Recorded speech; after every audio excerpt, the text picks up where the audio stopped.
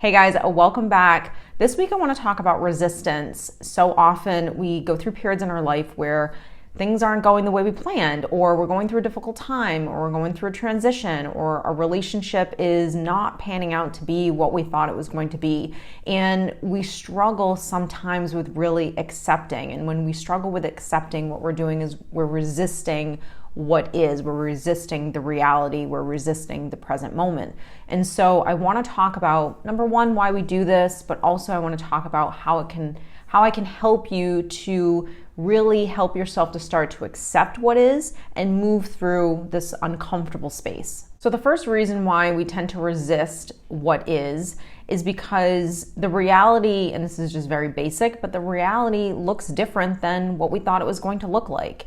No one really signs up to go into a relationship to break up or get divorced. And we struggle sometimes with accepting what is when we had an idea of what was supposed to be. And that can be the littlest of things. It doesn't have to be that we're going through a divorce or a breakup. It could just be that I didn't really feel like I was going to be dealing with this much stress at my job. I didn't foresee that I was going to have this anxiety. I didn't realize I was going to be struggling in these ways. And so when we resist what is, it's always going to cause us stress because we're not accepting where we are, how we feel, and what's actually going on in our lives. The more we can learn to accept what is, then we can actually honestly have more control over what we do about it. So do we allow this situation or this stress or this anxiety to take hold of us and debilitate us, or do we choose to walk in faith and trust that everything will actually work out the way it's supposed to? Another big reason why resisting is oftentimes really hard for people, because resisting what is means that you have to pause. It means that you have to stop. It means that you were walking and now you can't go any further. Something is either ending or you have to sit and wait for a second.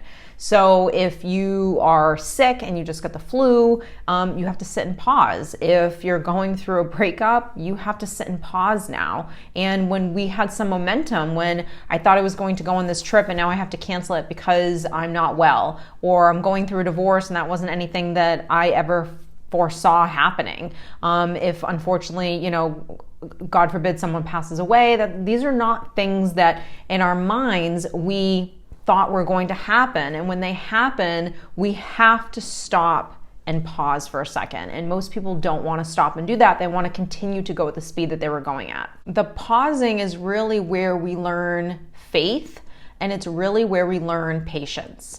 Another reason why resisting is oftentimes very difficult is because we don't want to have to start over. So you don't want to have to start over and start a brand new relationship eventually with someone else. You don't want to have to start over and get a new job. You don't want to have to start over and, if you have been sick or if you ever had COVID, you know that having to regain your strength again is not fun. And having to kind of stop, pause, and restart, most people want to keep going. Most people don't want to stop and do that kind of work. And so it's understandable why we hit these walls of frustration.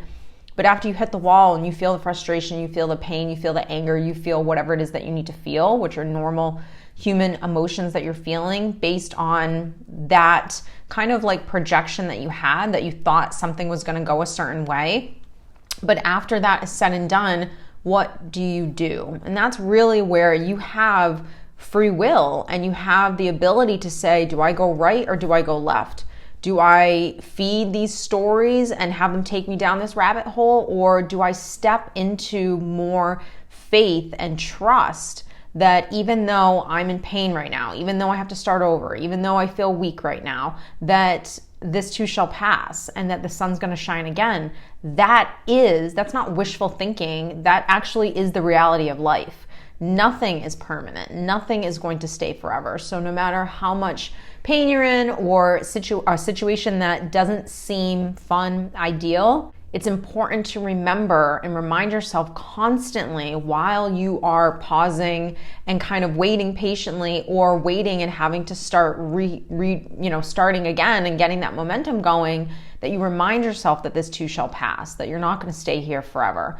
This too shall pass has been something that I've said to myself numerous times over the years. It's still something that I say to myself because it's easy to get caught up in how you feel based on the stories that you're telling yourself. And it's easy to get caught up in those stories and go down the rabbit hole when the stories are filled with fear and worry and anxiety and stress, because you're entering into some unknowns, or you're entering into territory that you didn't thought you would enter into. Another big reason why resisting what is very hard, and this is really where I think some people will get extremely stuck, is they don't want to do the work. So it kind of plays into what we've previously been talking about, but the not doing the work is where the resentment and the anger live. And this is where you feels as though you were wronged. You feels as though life isn't fair. You feels as though that you should have received something different than what you were receiving. You know, when we hate sitting still and waiting,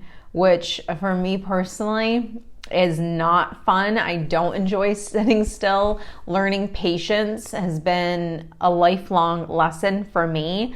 And I think, to be frank, the times where I've suffered the most is when I resisted what is. I resisted what is and I didn't want to wait.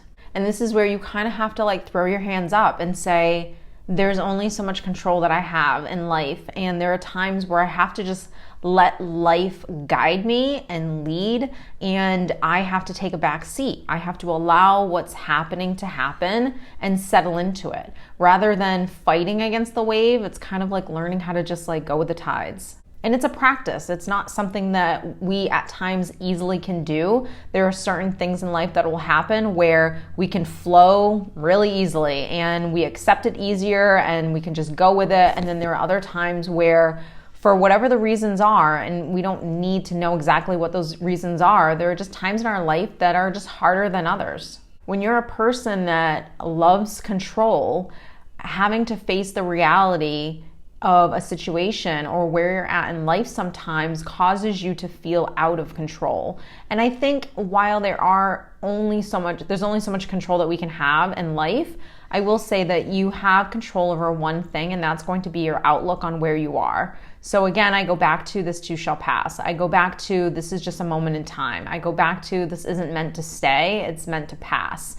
And so if we can just, on some levels, learn and practice how to enjoy where we are and not fight it so much, then you won't suffer through these transitions that you have to go through in life. The suffering only happens when we're resisting what is. There's so many tools that you can learn that will help you to accept what is. And for me, I always tell people it's so important to really get to know yourself and know who you are and accept yourself, flaws and all. So one of the flaws for me is not having the most patience at times.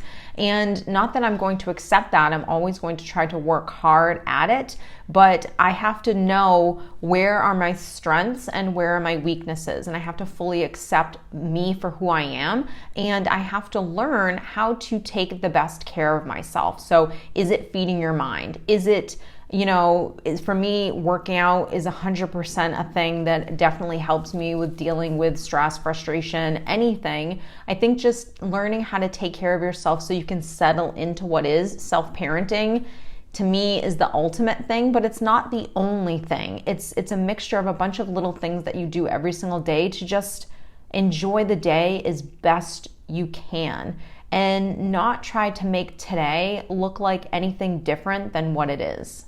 So I hope you have enjoyed this video. I hope it gave you some insight, and I hope it helps you through these transitions that you are going through in life.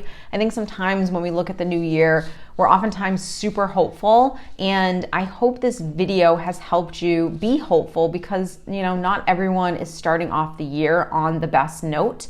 And these are just good tips and tools that you'll have to help yourself through any transition.